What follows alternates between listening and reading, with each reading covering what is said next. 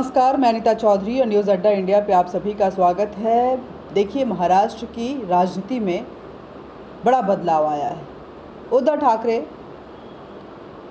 CM पद से हट चुके हैं। एकनाथ शिंदे, जो कि शिवसेना के ही हैं, एक टैक्सी ड्राइवर से एक कार्यकर्ता के तौर पे उन्होंने अपने राजनीतिक करियर की शुरुआत की थी बाला साहब ठाकरे के साथ, और आज वो उसी पार्टी से महाराष्ट्र के मुख्यमंत्री हैं। जो अलगाव हुआ उद्धव ठाकरे और एकनाथ शिंदे के बीच में, उसकी सबसे बड़ी वजह रही उद्धव ठाकरे का हिंदुत्व से दूर जाना और बाला साहब ठाकरे के पॉलिसीज़ को, बाला साहब ठाकरे के उस थॉट को, आइडियोलॉजी को याद रखते हुए एकनाथ शिंदे का अंदर ही अंदर टूटना, विचलित होना और मन महसूस कर रह जाना। ये खाई इतनी बढ़ती गई कि उद्धव ठाकरे और एकनाथ शिंदे आमने सामने हो गए। इस आमने सामने की प्रक्रिया में ऐसा हुआ कि अब एकनाथ शिंदे उद्धव ठाकरे को देखना भी नहीं चाहते थे।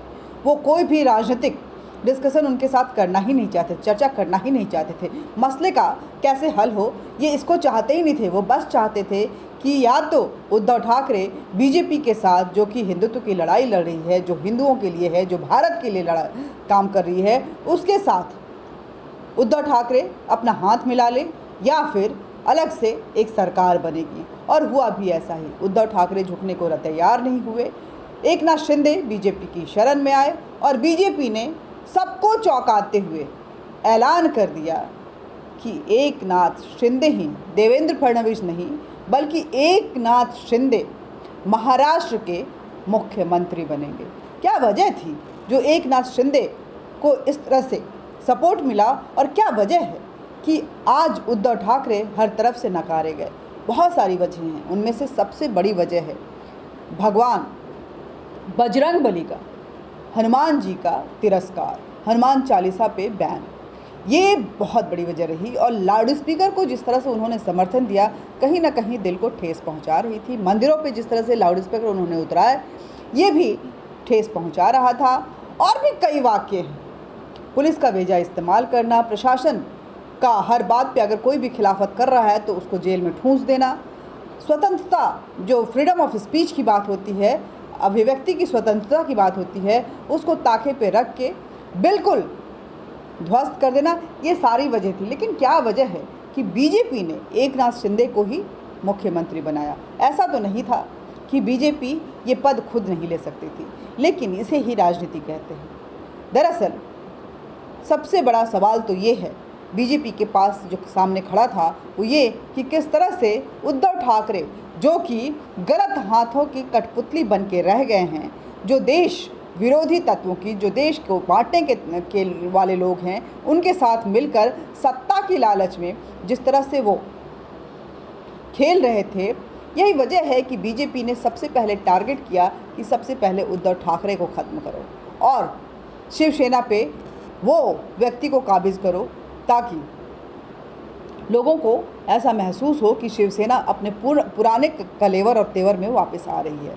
दूसरी बात ये कि बीजेपी ये भी संदेश देना चाहती थी कि सत्ता की लालची नहीं है वो बस हिंदुत्व की लड़ाई लड़ रही है, सच्चाई की लड़ाई लड़ रही है, और जो भी इस देश के खिलाफ होगा, बीजेपी उसके खिलाफत करेगी। जो उसके साथ आके पनाह मांगेगा कि हम देश हित में काम करना चाह रहे हैं, बीजेपी बिना स्वार्थ उसको समर्थन देगी। जब एकनाथ शिंदे मुख्यमंत्री बने तो अपने स्टेटस पे एकनाथ शिंदे ने सबसे पहले बाला साहब ठाकरे की चरणों में अपने हाथ रखे हुए वो फ़ोटो लगाया, जो बहुत बड़ा संदेश दे रहा था। साथ ही वो हर तरफ झुके हुए नज़र आ रहे थे, विनम्र नज़र आ रहे थे। इस बीच में देवेंद्र फडणवीस जो बोल चुके थे कि उनका इस सत्ता के साथ कोई जो लालच है वो नहीं है, वो इसके भागीदार नहीं बनना चाहते हैं। एकनाथ शिंदे ही इस राष्ट्र में, महाराष्ट्र जैसे राज्य के मुख्यमंत्री बनेंगे। उस वक्त में बहुत मुस्कुराते हुए नज़र आ रहे थे। लेकिन क्या वजह थी, जब वो थम्स अप एकनाथ शिंदे को कर रहे थे तो इतना मुस्कुरा रहे थे? ऐसी क्या गम थी? कहते हैं ना कि एकनाथ शिंदे को जब थम्स अप वो दिखा रहे थे तो क्यों इतना मुस्कुरा रहे थे? क्या गम था जिसे छुपा रहे थे देवेंद्र फडणवीस? हालांकि जेपी नड्डा ने कहा है कि उप मुख्यमंत्री देवेंद्र फडणवीस को बनाया जाएगा। पोते को गोद में लिए एकनाथ शिंदे जब शपथ ग्रहण समारोह में पहुंचे तो उनका चेहरा दमक रहा था। शिवसेना संस्थापक बालासाहब ठाकरे और गुरु आनंद दिए का नाम लेकर शिंदे महाराष्ट्र के मुख्यमंत्री के रूप में शपथ ली। इससे के उलट देवेंद्र फडणवीस के चेहरे पर मायूसी दिखाई नहीं दे रही थी, लेकिन समझ में आ रहा था। वो मुस्कुरा रहे थे, लेकिन अंदर का गम कहीं ना कहीं दिखाई दे रहा था। आप बहुत ज़्यादा जब मुस्कुराते हो तो वो भी आपके अंदर के भावनाओं को बिखेर देता है। कुछ ऐसा ही हो रहा था देवेंद्र फडणवीस के साथ। फडणवीस महाराष्ट्र की नई सरकार को नंबर 2 रहेंगे, यानी कि उप मुख्यमंत्री रहेंगे। बहुत गले से उनके नहीं उतरा होगा, क्योंकि पिछली सरकार में मुख्यमंत्री बनने के लिए उन्होंने उद्धव ठाकरे को बिल्कुल अपने सामने नहीं खड़ा होने दिया था, बिल्कुल ना कर दी थी, और जिसकी वजह से बीजेपी की सरकार नहीं बनी थी। बीजेपी के पास अगर एमएलएज की बात करें तो 120 एमएलए का समर्थन होने के बावजूद बाला साहब के एक शिव सैनिक के लिए मुख्यमंत्री पद छोड़ दिया। ऐसी क्या बात थी? वह फडणवीस का बड़प्पन है या कहीं मजबूरी, ये भी देखना होगा। आखिर फडणवीस ने शिंदे की डिप्टी होना क्यों स्वीकार कर लिया? इसके पीछे बीजेपी की क्या रणनीति है, ये बहुत जानना जरूरी है। शिंदे के सीएम बनाकर क्या संदेश देना चाहती है भी। इन सब के बीच आपको बता दूं कि जब उद्धव ठाकरे अपने पद से इस्तीफा दिए और एकनाथ शिंदे जब मुख्यमंत्री पद की शपथ लिए, उसी बीच में कंगना रनावत आपको याद होगा कि कंगना रनावत को उद्धव ठाकरे ने किस तरह से तंग किया था। संजय राउत खासकर उनके लिए कितनी अभद्र टिप्पणियाँ, उनके बाप तक चले गए थे, अभद्र टिप्पणियाँ करते थे। कंगना रनावत का बयान आया और वो बयान सच में बेहद, कहते हैं, गंभीरता से उन्होंने बनाया था। बड़े ही जो दर्द उन्होंने खाए थे, उस दर्द को उन शब्दों में देखा जा सकता है। सबसे पहले कंगना रनावत के इस बयान को सुनिए, उसके बाद आपको बताएंगे कि किस तरह से, आखिर क्यों ऐसा बीजेपी करी, ये जानना बहुत ज़रूरी है। 1975 के बाद ये समय भारत के लोकतंत्र का सबसे महत्वपूर्ण समय है। 1975 में लोक नेता जेपी नारायण की एक ललकार से सिंहासन छोड़ो की जनता आती है, सिंहासन गिर गए थे। 2020 में मैंने कहा था कि लोकतंत्र एक विश्वास है और सत्ता के घमंड में आकर जो इस विश्वास को तोड़ता है उसका घमंड टूटना भी निश्चित है। और ये किसी व्यक्ति विशेष की कोई शक्ति नहीं है, ये शक्ति है एक सच्चे चरित्र की। और दूसरी बात, हनुमान जी को शिव का 12वां अवतार माना जाता है, और जब शिवसेना ही हनुमान चालीसा को बैन कर दे तो उन्हें तो फिर शिव भी नहीं बचा सकते। हर हर महादेव, जय हिंद, जय महाराष्ट्र।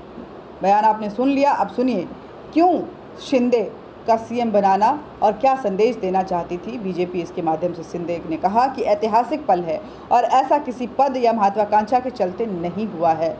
शिंदे ने कहा कि हम बाला साहब के हिंदुत्व को आगे लेकर आएंगे।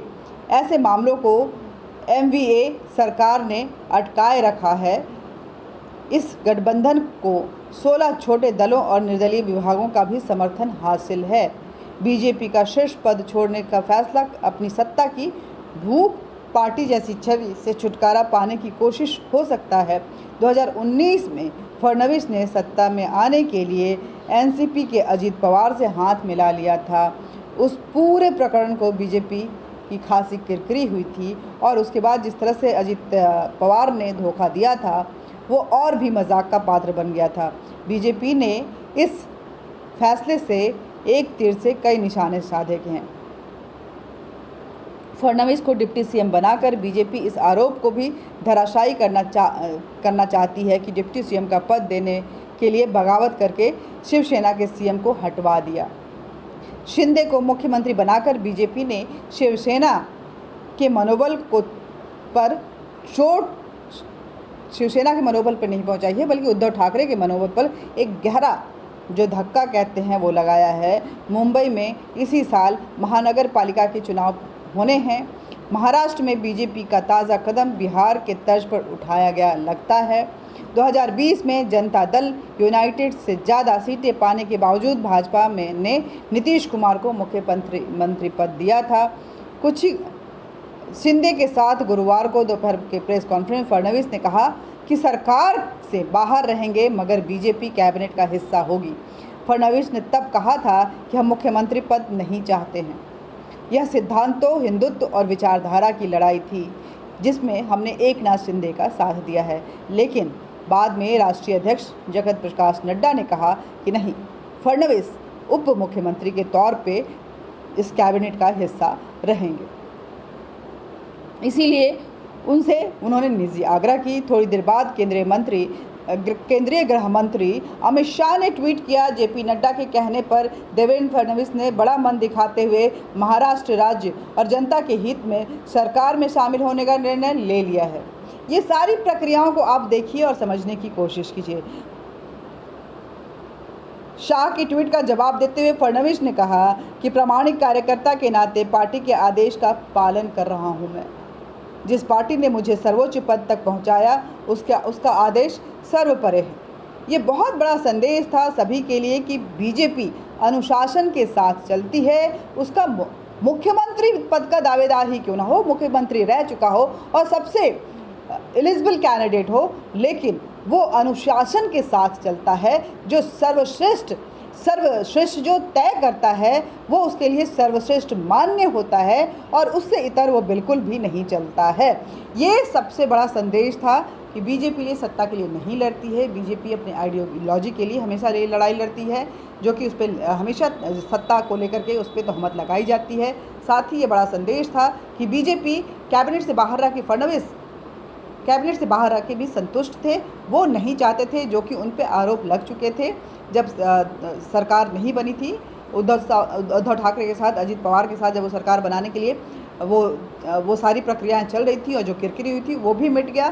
साथ ही पार्टी ने कहा कि देवेंद्र फडणवीस हमारे सबसे मुख्य कार्यकर्ता हैं, सबसे प्रिय कार्यकर्ता हैं, एक बहुमूल्य कार्यकर्ता हैं। ऐसे में हम उनको नहीं छोड़ सकते हैं। और इसके साथ ही बीजेपी के राष्ट्रीय अध्यक्ष जगत प्रकाश नड्डा ने उनसे अनुरोध किया।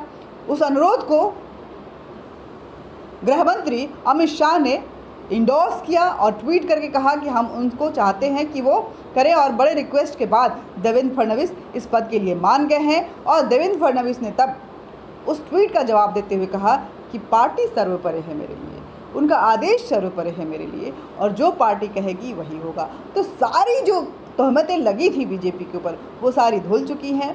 बीजेपी कैबिनेट में है भी, डिप्टी सीएम के रूप में देवेंद्र फडणवीस वहाँ पे हैं, सीएम एकनाथ शिंदे बने हैं, जो बहुत बड़ा संदेश है कि या तो शिवसेना रहेगी, अगर रहेगी तो एकनाथ शिंदे के साथ रहेगी या फिर खत्म हो जाएगी, क्योंकि उद्धव ठाकरे का अब कोई वजूद नहीं रह गया है। ये जो डायनेस्टी सिस्टम था उसके लिए भी बहुत बड़ा संदेश है कि आपके बाप ने भले ही किसी संगठन या पार्टी का निर्माण किया होगा, लेकिन आप उसके बेटे होने के नाते उस आइडियोलॉजी के साथ खेलते हुए उसको जैसे तैसे नहीं चला सकते हैं। क्योंकि जब आपके पिताजी ने इसका गठन किया था तो उसके साथ सैकड़ों हजारों कार्यकर्ता उसमें लग गए थे। उन कार्यकर्ताओं का भी उतना ही अधिकार है जितना कि आपका। धन्यवाद। जय हिंद, जय भारत। बीजेपी की इस स्ट्रैटेजी को आप किस तरह से लेते हैं कमेंट बॉक्स में ज़रूर कमेंट कीजिएगा। मेरे वीडियो को ज़्यादा से ज़्यादा शेयर कीजिएगा। न्यूज़ अड्डा इंडिया को सब्सक्राइब कीजिएगा, हमें लाइक कीजिएगा। धन्यवाद।